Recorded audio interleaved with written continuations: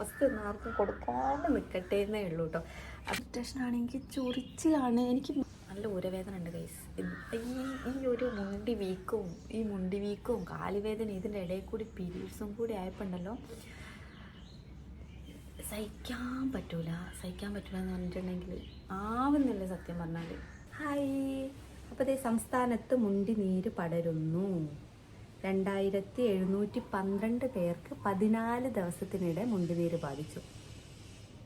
1.5 മാസത്തിനിടയ്ക്ക് 9763 പേർക്ക് ബാധിച്ചു. അപ്പോൾ 63 പേരിൽ ഒരാളാണ് ഞാനും എൻ്റെ മോളും. അപ്പം 2 ആൾക്കാർ.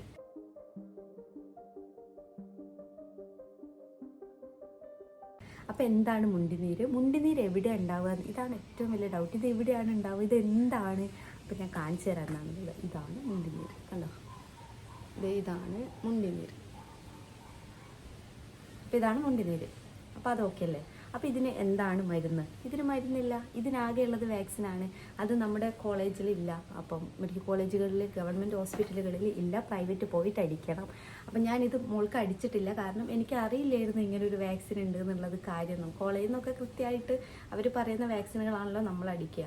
മോള് വലുതായി 3.5 വയസ്സൊക്കെ ആയപ്പോൾ അംഗനവാടി ചേർത്തിയ സമയത്താണ് ഇങ്ങനൊരു വാക്സിൻ ഉണ്ട് എന്നുള്ളതും ഇത് എടുക്കണം എന്നുള്ളതും അറിയുന്നത് കേട്ടോ. പറയാത്ത ആരെങ്കിലും ഉണ്ടെങ്കിൽ മസ്റ്റായിട്ടും പോയിട്ട് എടുക്കുക. മോൾക്കിപ്പോൾ 4 വയസ്സായി. MMR ബൂസ്റ്റർ ഉണ്ട്. അപ്പോൾ അത് പോയിട്ട് എടുക്കണം. പ്രൈവറ്റിലാണ് 1000 രൂപേൻ്റെ താഴെയും ഉള്ളതും ഉണ്ട്. മീൻസ് ചില ഹോസ്പിറ്റലിൽ 1000 രൂപേൻ്റെ താഴെയുള്ളൂ. ചില സ്ഥലങ്ങളിൽ 1200 അങ്ങനെയൊക്കെ ഉണ്ടെന്ന് കേട്ടുകേൾവി മാത്രമാണ്. കൃത്യമായിട്ടുള്ള അറിവോട് കൂടിയല്ല ഞാനിപ്പോൾ ഇത് പറയുന്നത്. വാക്സിൻ ഉണ്ട്. MMR എന്നാണ് വാക്സിൻ്റെ പേര് കേട്ടോ.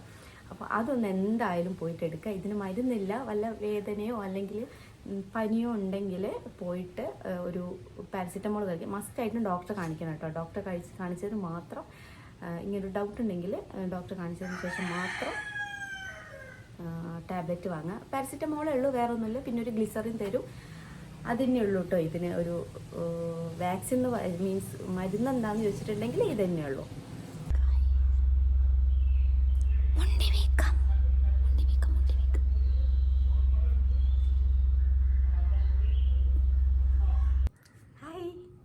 അപ്പോൾ ഗൈസ് 7-ാം തീയതി കാണിച്ചതാണ് കേട്ടോ മുണ്ടി വീക്കം. 7-ാം തീയതി എനിക്കൊരു ചെറിയൊരു ഇവിടെ ഒരു പൊന്തൽ മാത്രമേ ഇരുന്നുള്ളൂ. പക്ഷെ എന്തോ ഒരു പിടുത്തം പോലെ തോന്നിയപ്പോൾ ഞാൻ ഡോക്ടറെ കാണിച്ചു കേട്ടോ. ഡോക്ടറെ കാണിച്ചതേ റെഡിയാക്കി വെച്ചിട്ടുണ്ട്. ഇതാണ് ഷീട്ട്. അപ്പോൾ ഡോക്ടറെ കാണിച്ച സമയത്ത് ഞാനിങ്ങനെ മുണ്ടി വീക്കാണെന്ന് തോന്നുന്നു, മോൾക്ക് 2 ആഴ്ച മുന്നേ വന്ന് മാറിയിട്ടുണ്ടായിരുന്നു എന്ന് പറഞ്ഞു കേട്ടോ. മോൾക്ക് ഫുള്ള് ഈ 2 ഭാഗത്തും ഞാൻ ഫോട്ടോ ഇവിടെ കൊടുക്കുന്നുണ്ട്. 2 ഭാഗത്തും വന്നിട്ടുണ്ടായിരുന്നു കേട്ടോ. അപ്പം ഞാൻ ഡോക്ടറെ അടുത്ത് പറഞ്ഞത് 2 ആഴ്ച മുന്നേ മൂക്ക് വന്നിട്ടുണ്ടായിരുന്നു, അപ്പം മുണ്ടി വീക്കാണെന്ന് തോന്നുന്നു. അപ്പോൾ ഡോക്ടറിനോട് പറഞ്ഞു ഇത് മുണ്ടി വീക്കല്ല, ഇത് കയലിറങ്ങിയതാണ്. മുണ്ടി വീക്ക് ഇവിടെ എല്ലാം ഉണ്ടാവുക, ഇങ്ങനെയെല്ലാം ഉണ്ടാവുക എന്ന് പറഞ്ഞിട്ടാണ് എനിക്കിത് ഈ 3 മരുന്നും തന്നത് കേട്ടോ. ഞാനിത് എവിടെ കാണിച്ചതൊന്നും പറയില്ല, കാരണം കുറച്ച് ഫേമസ് ആയിട്ടുള്ള ഒരു സ്ഥലത്താണ് കാണിച്ചത്.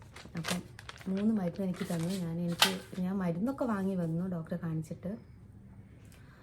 അപ്പം പക്ഷെ എനിക്ക് ഡൗട്ടായി ഇത് കുടിക്കണോ, കാരണം മുണ്ടി വീക്കായിരിക്കുന്നു.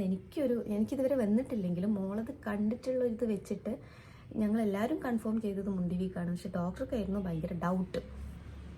മരുന്ന് കുടിച്ചില്ല. പകരം ഞാൻ കസിനെ വിളിച്ചിട്ട് ഞാനിങ്ങനെ ചോദിച്ചു, ഞാൻ ഈ ഷീട്ട് അയച്ചു കൊടുത്തു കേട്ടോ. അപ്പോൾ ഇങ്ങനെ ഒരു പ്രശ്നമുണ്ട്, അപ്പോൾ ഇത് കുടിക്കണമെന്ന് ചോദിച്ചപ്പോൾ എന്നോട് പറഞ്ഞു അതൊന്നും കുടിക്കണ്ട, പാരസിറ്റമോൾ വാങ്ങി കുടിച്ചാൽ മതി. കാരണം ലച്ചുമോൾക്ക് കാണിച്ച സമയത്തും പാരസിറ്റമോളും പിന്നെ ഒരു ഗ്ലിസറിനും കേട്ടോ തന്നത്. അത് ഞാൻ കാണിച്ചു തരാം. ഇതാണ് കേട്ടോ തന്നത്. അതായത് ഇത് ഞങ്ങൾ യൂസ് ചെയ്തിട്ട് ഇത്ര ആയിട്ടുണ്ട്, കണ്ട ഇത്ര യൂസ് ചെയ്തിട്ടുള്ളൂ. കാരണം ഞങ്ങൾ വേറൊരു സാധനം കൂടി വാങ്ങിയിട്ടുള്ളത് ഇതേ ആയുർവേദ ഷോപ്പിലൊക്കെ കിട്ടുന്നൊരു സാധനമാണ് കേട്ടോ. ഇത് പ്ലാച്ചാണെന്നാണ് പറയുക. ഇത് പണ്ട് കാലം മുതലേ യൂസ് ചെയ്യുന്നതാണെന്നാണ് പറയണത്. മുണ്ടി വീക്കത്തിന് വേറൊരു മരുന്നും ഇല്ല, ഇതാണ് യൂസ് ചെയ്തിരുന്നതെന്നാണ് പറഞ്ഞത്. അപ്പം ഞാൻ ഇതും വാങ്ങിയിട്ടുണ്ടായിരുന്നു, ലച്ചുമോക്ക് ഇതും പിന്നെ ഗ്ലിസറിനും കൂടിയാണ് കേട്ടോ യൂസ് ചെയ്തിട്ടുണ്ടായിരുന്നത്. അപ്പോൾ ഇത് തന്നെയാണ് ഞാനിപ്പോൾ യൂസ് ചെയ്യുന്നത്. പാരസിറ്റമോൾ എക്സ്ട്രാ ഞാനൊന്ന് വാങ്ങുകയും ചെയ്തിട്ടുണ്ട്. അപ്പോൾ ഞാനിത് എങ്ങനെയാണ് യൂസ് ചെയ്യുന്നതെന്നുള്ളത് കാണിച്ചു തരാം കേട്ടോ. ഇപ്പോൾ 4 ദിവസമായിട്ട് തേച്ചുകൊണ്ട് നിൽക്കണതാണ്. ലച്ചുമോക്ക് ഉപയോഗിച്ച കല്ലാണ്, അതാണ് കേട്ടോ ഇങ്ങനെ കറ പിടിച്ച പോലെ ഉള്ളത്.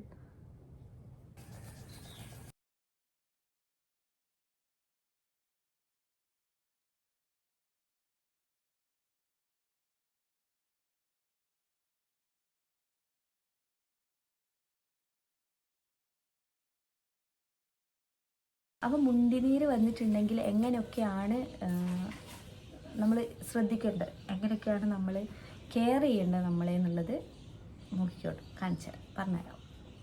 ഒട്ടും വെയിൽ കൊള്ളാതിരിക്കുക, അതേപോലെ നന്നായിട്ട് വെള്ളം കുടിക്കുക, ഫ്രൂട്ട്സൊക്കെ നന്നായിട്ട് കഴിക്കുക, വൈറ്റമിൻസ് ഉള്ളതൊക്കെ നന്നായിട്ട് കഴിക്കുക, പിന്നെ നന്നായിട്ട് റെസ്റ്റ് എടുക്കുക, അതിൻ്റെ കൂടെ നല്ലോണം ഉറങ്ങുക. നല്ല ഉറക്കമൊക്കെ ഉണ്ടെങ്കിൽ തന്നെ അസുഖം കുറച്ചെങ്കിലും മാറിക്കിട്ടും.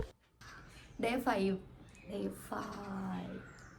സൗണ്ട് പോയിട്ടോ, സൗണ്ടില്ല, ഇന്നേക്കിപ്പോൾ സൗണ്ടാണ് പോയത്, സൗണ്ട് പോയി.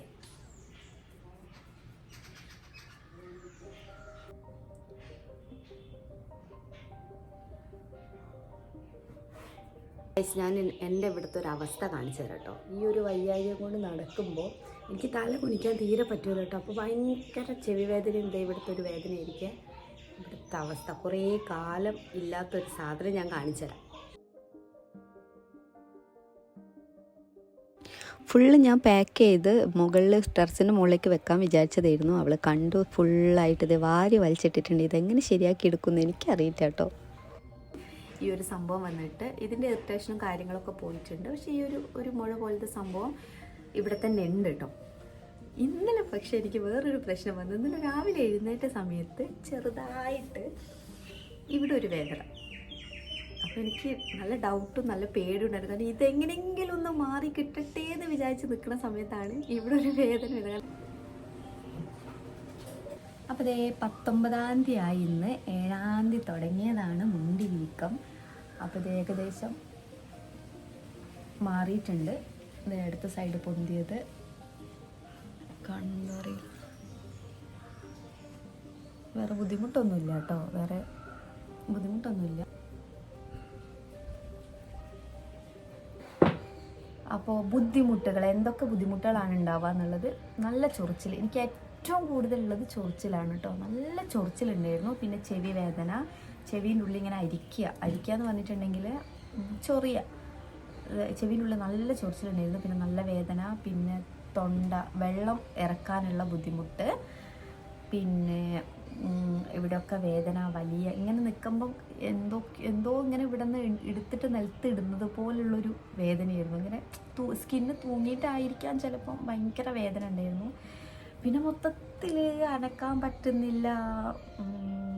ഏറ്റവും ബുദ്ധിമുട്ടുണ്ടായത് രാത്രി ഉറങ്ങിയിട്ട് നമ്മൾ കുറേ നേരം കിടന്നതിന് ശേഷം രാവിലെ എണീക്കല്ലോ. ആ സമയത്ത് എവിടുന്നാ വേദന വരുന്നതെന്നുള്ളത് മനസ്സിലാവണേ ഇല്ലായിരുന്നു.